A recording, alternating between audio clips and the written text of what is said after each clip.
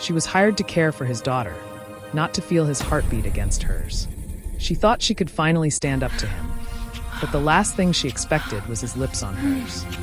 I think I don't know you. I think you showed up out of nowhere. You think I'd put Unha in danger? Anger overtook fear. You think I'd betray that little girl who trusts me? Who needs me? For what? Money. I don't give a damn about your deals or your enemies or whatever criminal empire you're running. I care about one thing in this house, and she's upstairs probably crying because her father just scared her half to death. Boss, one of the men said in accented English. Should we? Get out, Jisoo said, not taking his eyes off Nia. But the guard tried to speak. All of you. Out. Now. Ji-woo wasn't ready to listen. They left. The door closed. And suddenly Nia was alone with a man who looked like he was barely holding himself together. His hand was still on her arm. His breathing was rough. Too fast. I had 6 men in that building, he said quietly. 4 of them are dead now because someone told my enemies exactly when and where I'd be. So forgive me if I'm not thinking clearly. Forgive me if I'm looking at everyone around me and wondering who's going to put a bullet in my back. Nia's anger deflated slightly. It wasn't me. I want to believe you. Jisoo murmured. Then believe me. She put her hand over his, still gripping her arm. Jisoo, I swear on everything I have, it wasn't me. He flinched when she used his name. No one called him that. Not here. Not in his own home where everyone knew better than to be familiar with the Kong family's monster. You shouldn't, he started. Shouldn't what? Call you by your name? Talk back to you? Make you feel things you don't want to feel. The words tumbled out before she could stop them. You've been watching me for weeks. Looking at me like I'm something you want but can't have. And I've been trying to ignore it because this is insane. Because you're my employer and you're dangerous, and this is the worst idea in the history of bad ideas. But I can't stop thinking about you. And I hate it. I hate that I care about you. I hate that when you come home bloody and angry, my first thought is whether you're hurt. I hate that, he kissed her. No warning. No gradual build. 1 second she was talking, and the next his mouth was on hers, hot and desperate, and tasting like danger and dark promises. His hand came up to cup the back of her head, angling her face, deepening the kiss until Nia's knees went weak. She kissed him back. God help her, she kissed him back with everything she had. All the frustration and attraction and inappropriate feelings she'd been trying to bury for weeks poured into that kiss. She grabbed his shirt, the bloody, ruined shirt, and pulled him closer, and he made a sound low in his throat that sent heat pooling in her belly. When they finally broke apart, both breathing hard, reality crashed back in. Nia stepped back. Then, before she could think better of it, she slapped him. The crack echoed in the quiet room. Jisoo's head snapped to the side, and when he looked back at her, there was blood on his lip. From the fight earlier, she thought. Or maybe from the kiss. She didn't know. Didn't care. Don't, she said, voice shaking. Don't kiss me like that, and then go back to being cold. Don't make me feel things if you're not, if this isn't. You talk too much, Nanny, he said roughly, but his eyes were softer than she'd ever seen them. Almost vulnerable. Someone has to. You never say anything true. Because the truth is, he stopped himself, jaw clenching. The truth is dangerous. I don't care. She hissed. You should. He reached up and touched her face so gently it made her ache. You should care. You should run from me as fast as you can. Because I'm not a good man, Nia. The things I've done. I don't care, she said again and meant it. I see you. Not the man you show the world. Not the monster. You. The man who wears frilly aprons and stands outside his daughter's door afraid to knock.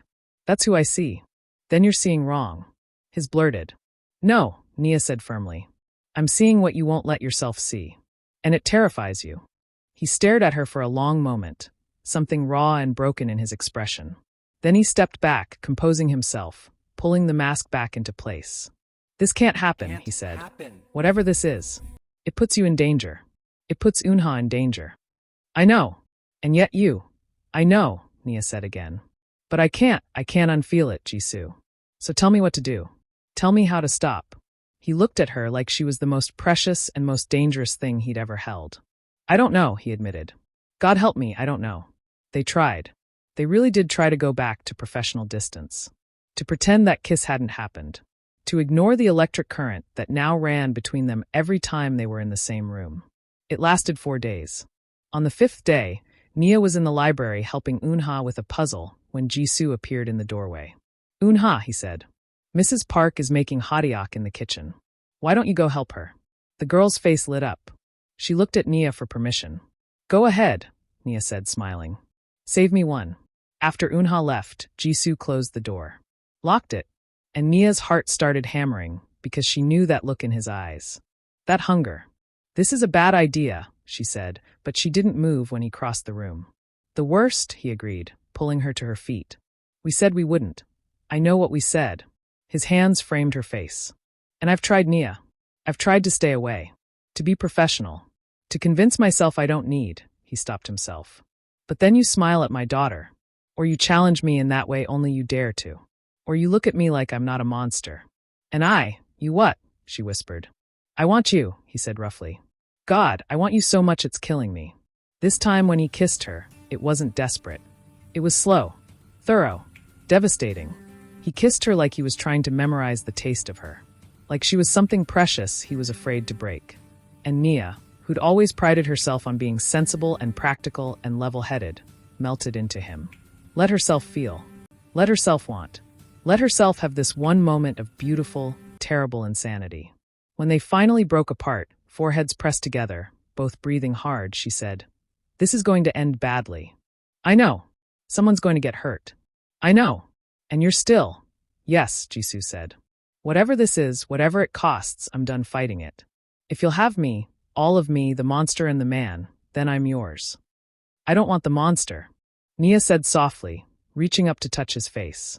"I want the man who's terrified of his own capacity to love. I want the father who doesn't know how to be soft but tries anyway. I want you, Jisoo. Just you." He closed his eyes like her words physically hurt him. When he opened them again, there was something broken and beautiful in his expression. "You shouldn't. You should." "Hush," she whispered and kissed him again. They stayed like that for a while, wrapped up in each other in the quiet library, while Seoul glittered outside the windows. It felt stolen, precious, like something that couldn't possibly last, but was too beautiful not to take anyway. Eventually, reality intruded. Unha would come looking for them. The household would notice. And Jisoo had a reputation to maintain. The cold, untouchable Kong Jisoo who never showed weakness, never let anyone close enough to matter. "We have to be careful," he said finally, reluctantly putting distance between them. "If my enemies knew that I understand." Nia straightened her shirt, trying to compose herself. "We keep this private. Between us. It's not just about appearances." His voice was urgent now, almost frightened. "The people I deal with, they look for weaknesses. For leverage. If they knew I cared about you, they'd use it against me. They'd hurt you to get to me. Then we'll be careful," Nia repeated. "But Jisoo, I'm not going anywhere. You don't get to push me away to protect me. I'm choosing this. I'm choosing you. Danger and all." He looked at her like she was utterly insane. "You have no idea what you're agreeing to. Then tell me. Stop hiding behind vague warnings, and actually tell me what I'm walking into." Jisoo was quiet for a long moment, studying her face.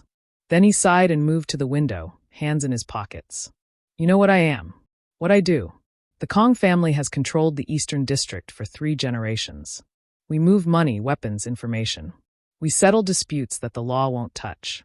He stopped himself. "We do things that would make you sick if you knew the details." "I've guessed most of it," Nia said quietly. "I'm not naive." "No, you're not. Which makes this even more reckless." He turned to face her. "There are 5 other families in Seoul. 3 of them tolerate us. 2 want us gone. The Kim family especially. They've been trying to move into our territory for years. The only reason they haven't succeeded is because people fear what I'll do if they cross me." "The men in the foyer that first day," Nia said. "They were Kims. Trying to be. Low-level muscle who thought they could make a name for themselves." His expression went cold. "They were wrong. And the leaked deal, the one where you lost 4 men, that was Kim's doing. They have someone inside my organization. Someone close. I'm still trying to figure out who." He met her eyes. "Until I do, everyone is suspect. Even you, by some people's estimation. But not by yours." "No," he said softly. "Not by mine. But that doesn't mean you're safe, Nia. It means you're a target. If Kim finds out about you, about what you mean to me, he won't." Nia moved to stand in front of him. "We'll be careful. And in the meantime, you need to let me help you." He laughed short and sharp. "Help me? How exactly?" "Unha," Nia said simply. "Let me help you be a father to her. Let me teach you how to be present. How to show her you love her. Because that little girl is your strength, Jisoo, not your weakness. And if you can't see that, she's 6 years old. How is she? She's the reason you keep fighting. The reason you built this empire. The reason you get up every morning and do terrible things. Because you want to give her a better life. A safer life. That's strength. That's power. Don't diminish it by being afraid to actually love her." Jisoo stared at her like she'd just solved an equation he'd been working on for years. "You really believe that?" "I know it." Nia took his hand. "So let me help you. Let me be the bridge between you and her until you figure out how to cross it yourself." "And what do you get out of this?" he asked quietly. "Besides danger and a man who doesn't know how to be anything but what he is." "You," Nia said simply. "I get you. And apparently, I'm foolish enough to think that's worth everything else." He pulled her close, buried his face in her hair, and held on like she was the only thing keeping him from falling apart. "You talk too much, Nanny," he whispered, but there was no heat in it. "Only affection. Only gratitude. Someone has to say the things you won't," she whispered back. They stayed like that until they heard Unha's footsteps in the hallway, then broke apart like teenagers caught by their parents. Jisoo was across the room by the time the door opened, looking every inch the cold, controlled man the world expected him to be. But when Unha ran in holding a hottiak and babbling about how Mrs. Park let her flip one all by herself, he smiled. A real smile. And when his eyes met Nia's over his daughter's head, there was something there that hadn't been before. Hope, maybe. Or the possibility of it. The next 2 weeks were the strangest of Nia's life. During the day, she was Unha's nanny. Professional. Appropriate. Focused entirely on helping the girl bloom into the bright, joyful child she was meant to be. During the evenings, when Unha was asleep and the household had settled, she was something else entirely. She and Jisoo would steal moments together, in the library, in his office, once in the garden under the stars where he'd kissed her until she forgot her own name. They talked about everything and nothing, his childhood in Busan, her life in Nairobi before she decided to see the world. The ways they were similar despite coming from completely different worlds. He was different with her. Softer. More honest. He told her about the pressure of leading the family business at 25 when his father died. About the first time he'd had to order someone killed and how he'd thrown up afterward. About loving Unha so much it terrified him because love was a weakness in his world, and weakness got you killed. And Nia told him about growing up with 5 siblings in a tiny house where laughter was currency and family meant everything. About deciding to leave because she wanted more than what her small corner of the world could offer. About the loneliness of living in foreign countries where she was always other, always outside, always different. "I'm glad you're different," Jisoo told her one night when they were curled up together in his office, the city lights painting patterns on the walls. "If you were like everyone else in my world, I never would have." He stopped himself. "Never would have what?" Nia prompted. "Let you in," he finished quietly. "I don't let people in, Nia. I can't afford to. But you walked into my life and refused to follow the rules. Refused to be afraid. Refused to let me hide behind the monster I've made myself into. And now you're stuck with me," she finished, smiling. "Now I'm terrified of losing you," he corrected. "Because I've never had this. This feeling like if something happened to you, the world would stop making sense. Like you've become essential to my ability to breathe. And I don't know what to do with that." Nia's chest tightened. "You don't have to do anything with it. You just have to feel it. That's enough." He kissed her then, slow and sweet and devastating. And afterward, when she was tucked against his side listening to his heartbeat, she let herself believe that maybe, just maybe, this could work. That they could find a way to make this impossible thing last. But the universe had other plans. It happened on a Tuesday. Nia was walking with Unha through the gardens, the girl chattering about the butterflies she wanted to catch, when the first van pulled up to the gates. Then a second. Then a third. The guards at the entrance moved to intercept, hands going to weapons, but they were outnumbered. Outgunned. Whatever was happening, it was coordinated. Planned. "Unha," Nia said urgently, grabbing the girl's hand. "We need to go inside. Now." "But the butterflies. Now." They ran. Nia's heart hammered in her chest as she heard shouting behind them. Gunshots. Glass breaking. She shoved Unha through the kitchen door and straight into Mrs. Park's arms. "Take her to the safe room," Nia ordered. "Lock the door. Don't open it for anyone except Mr. Kong. Miss Nia, go." Mrs. Park fled with Unha, who was crying now, reaching back for Nia. But there wasn't time, because the door behind her burst open and 3 men stormed in, not Jisu's men. Not anyone she recognized. "Where's the girl?" the first one demanded in Korean. Nia didn't speak Korean fluently, but she understood enough. "I don't know what you're talking about. The Kong daughter. Where is she?" "Not here." Nia backed toward the hallway, trying to lead them away from the safe room. "She left with her father this morning. Some event," the man backhanded her. Pain exploded across her face, and Nia tasted blood. But she stayed upright, stayed between them and the direction Mrs. Park had taken Unha. "You're lying." He grabbed her by the hair, yanked her head back. "Tell me where she is or what?" Nia spat blood at his feet. "You'll hurt me? Go ahead. I don't know where she is." Another man stepped forward. "The boss said bring the nanny if we can't find the girl. Kim wants leverage." Kim.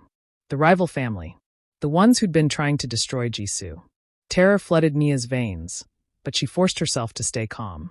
If they took her, they'd stop searching the house. Unha would be safe. "Fine," she said. "I'll go. Just don't hurt anyone else." They zip-tied her hands and dragged her out through the kitchen. The mansion was in chaos. Jisoo's men fighting Kim's, furniture overturned, blood on the marble floors. Someone was screaming. Glass shattered somewhere above. And then she saw him. Jisoo, at the top of the grand staircase, covered in blood and fury. Their eyes met across the distance, and his face went white. "Nia," he roared. She shook her head frantically. "Don't follow," she tried to communicate. "Unha needs you. Stay with Unha." But he was already moving, taking the stairs 3 at a time, gun raised. The man holding Nia put a knife to her throat. "Back off, Kong, or I'll paint your marble red with her blood." Jisoo froze. Every muscle in his body was coiled like a spring, ready to explode. But he lowered his gun. "Let her go. This is between you and me." "Wrong. This is between you and Kim. And he wants you to know what it feels like to lose something precious."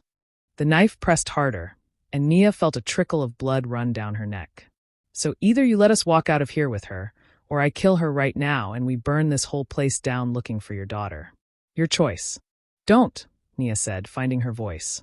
"Jisoo, don't." "Shut up," he said roughly, but his eyes were agonized. He looked at the man holding her.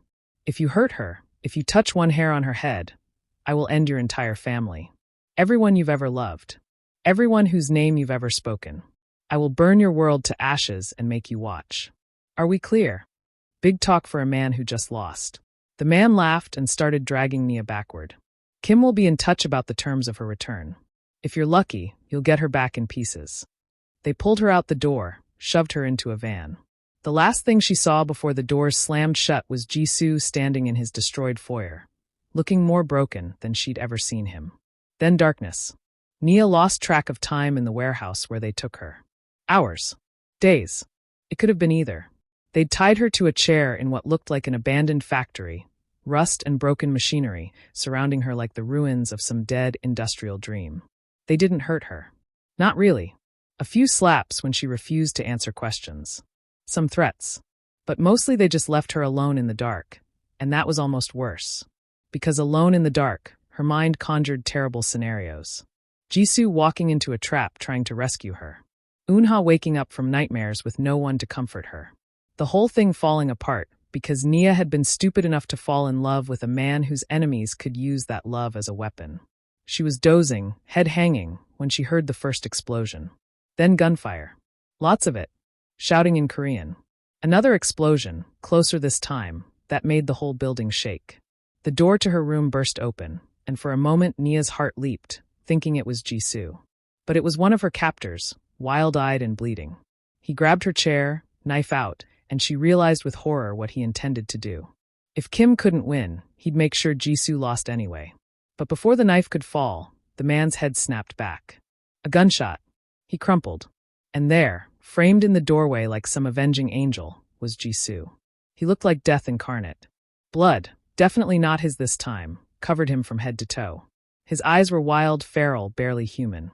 He crossed the room in 2 strides and started cutting Nia's bonds with shaking hands. Are you hurt? His voice was hoarse. Did they? I'm fine, Nia said, even though her wrists were raw and her face was bruised, and she was pretty sure she'd never been less fine in her life. Jisoo, I'm fine. He got the last rope free and pulled her up, hands frantically checking her for injuries. Your neck. There's blood. It's nothing. Just a scratch. I'm okay. She grabbed his face, forcing him to look at her. I'm okay. Is Unha safe? She's safe. Mrs. Park got her to the safe room. I left Minho guarding them.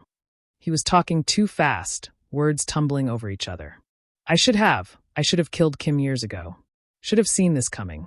Should have protected you better. Should have. Hush, Nia said and kissed him. He made a broken sound against her mouth and kissed her back desperately, like he was trying to convince himself she was real. That she was here. That he hadn't lost her. We need to go, he said finally, reluctantly pulling away. Kim's men are everywhere. I need to get you out of here. What about Kim? Nia asked. Something dark and terrible crossed Jisoo's face. He's already dead. I made sure of that personally. But his lieutenants are still fighting, and this building isn't secure. Come on. He took her hand and led her through a nightmare. Bodies everywhere. Smoke filling the hallways. His men moving through the space with military precision, clearing rooms, securing exits. It was organized chaos, and Jisoo moved through it like he'd choreographed the whole thing. They made it to an exit, and fresh air had never tasted so sweet. A car was waiting, black, armored, door already open. Jisoo practically threw her inside and climbed in after her, barking orders to the driver in rapid Korean. As they pulled away from the warehouse, Nia looked back and saw it burning. Flames licking at the night sky, black smoke billowing. A whole section of Kim's operation is going up in smoke. You burned it, she said. I burned everything, Jisoo said quietly.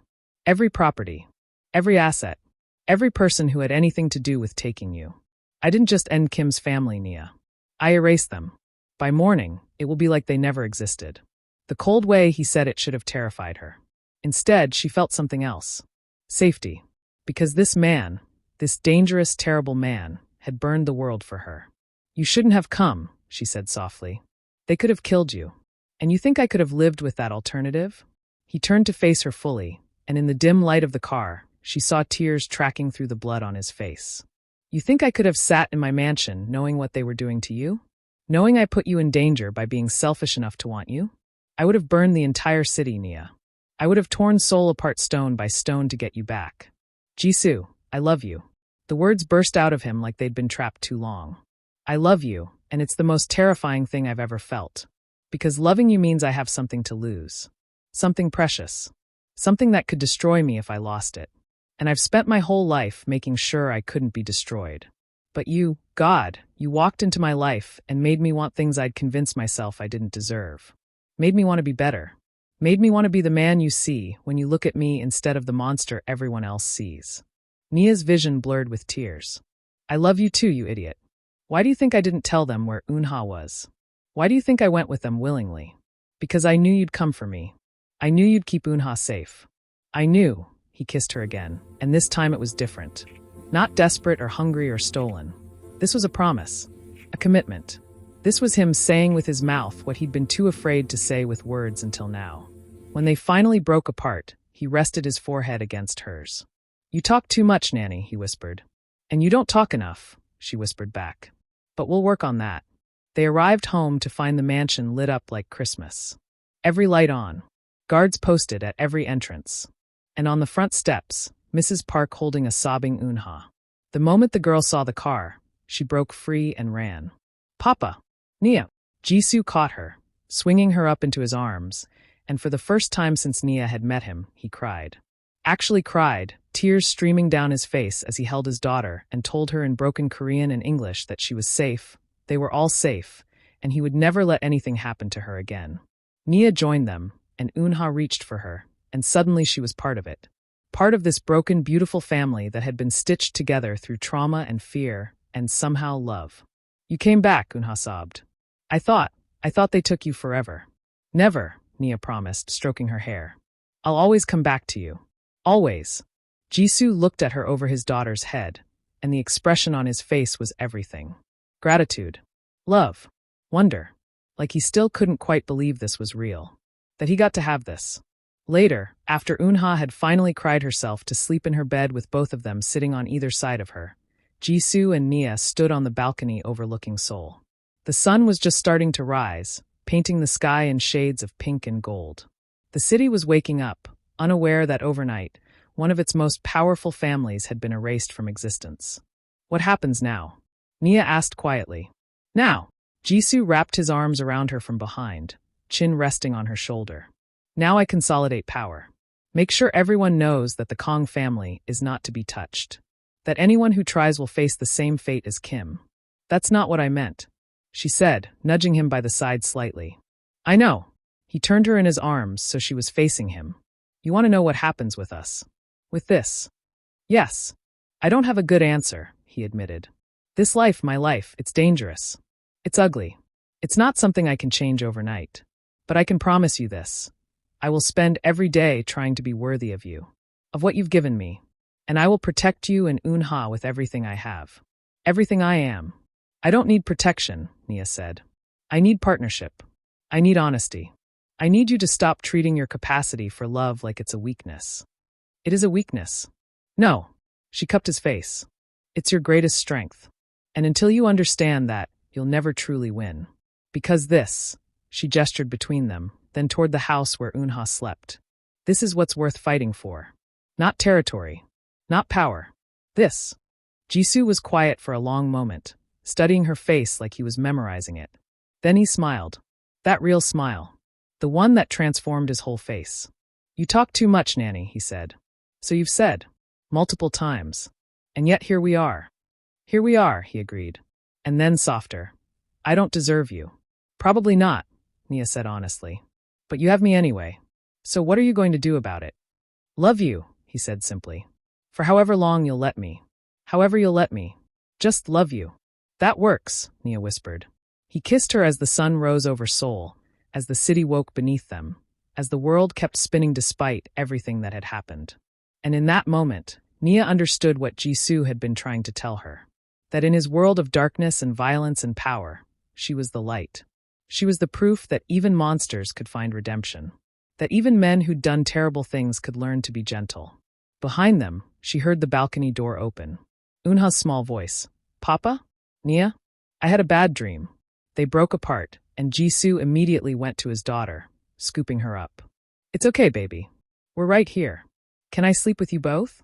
The girl looked between them hopefully. I don't want to be alone. Jisoo glanced at Nia, uncertainty in his eyes. This was new territory. Uncharted waters. The three of them as a unit instead of him alone and apart. Nia smiled and reached for Unha's hand. Come on. Let's all go back to bed. We can figure everything else out later. Together? Unha asked. Together, Nia confirmed. Together, Jisoo echoed, something like wonder in his voice. They went inside as a family, imperfect, complicated, built on the ruins of violence and fear, but held together by something stronger. Love. Messy, difficult, dangerous love that refused to follow any rules or respect any boundaries. In the weeks that followed, things slowly settled into a new normal. Jisoo consolidated power like he'd promised, and the Kong family's territory expanded into the vacuum left by Kim's destruction. But he also came home earlier. Spent more time with Unha. Let Nia teach him how to be present, how to be soft, how to be the father his daughter needed. It wasn't perfect. There were still nights when he came home bloody and haunted. Still moments when the weight of what he'd done, what he continued to do, threatened to crush him. Still fears that his enemies would find another weakness to exploit. But Nia was there, challenging him when he retreated into coldness, reminding him what he was fighting for, refusing to let him hide from the man he could be. And slowly, gradually, Kong Jisoo learned that maybe love wasn't a weakness after all. Maybe it was the thing that made him stronger. The thing worth protecting. The thing that gave meaning to all the violence and power and control. In a city that obeyed his silence, only one woman had ever dared to speak. And she'd silenced him the only way that mattered. By teaching him that sometimes, the most powerful thing a man could do was hush his fears and let himself be loved. Hush, Nanny. He'd tell her on the nights when she worried too much, talked too much, loved too much. And she'd smile and kiss him and say, Never. Someone has to keep you human. And God help him, she did. Every single day, she reminded him what it meant to be human, to be vulnerable, to be loved. It was terrifying. It was dangerous. It was the best thing that had ever happened to him. And as Seoul glittered below them, and Eunha laughed in the next room, and Nia held his hand like she'd never let go, Kang Jisoo finally understood what it meant to win. Not territory. Not power. Not fear. Love. Complicated, messy, impossible love that had walked into his life wearing a bright smile and refused to be silenced. "Thank you," he whispered to Nia one night when they were alone. "For what? For talking too much. For challenging me. For loving me anyway." He pulled her close. "For making me want to be the man you see." "You already are that man," Nia said. "You just needed someone to help you see it." "You talk too much, Nanny." She laughed, and the sound filled every dark corner of his soul with light. "So you keep saying, but you love it." "I love you," he corrected. "The talking is just part of the package." "Lucky you," she said, and kissed him until they both forgot about empires and enemies and everything except the perfect, impossible miracle of finding each other in a world that said they shouldn't exist. In a house built on silence and fear, laughter finally found a home. And if that wasn't redemption, it was close enough. If this is your first time on this channel, you'll definitely want to hit that subscribe button so you don't miss more intense and interesting stories like this. New episodes drop every single day.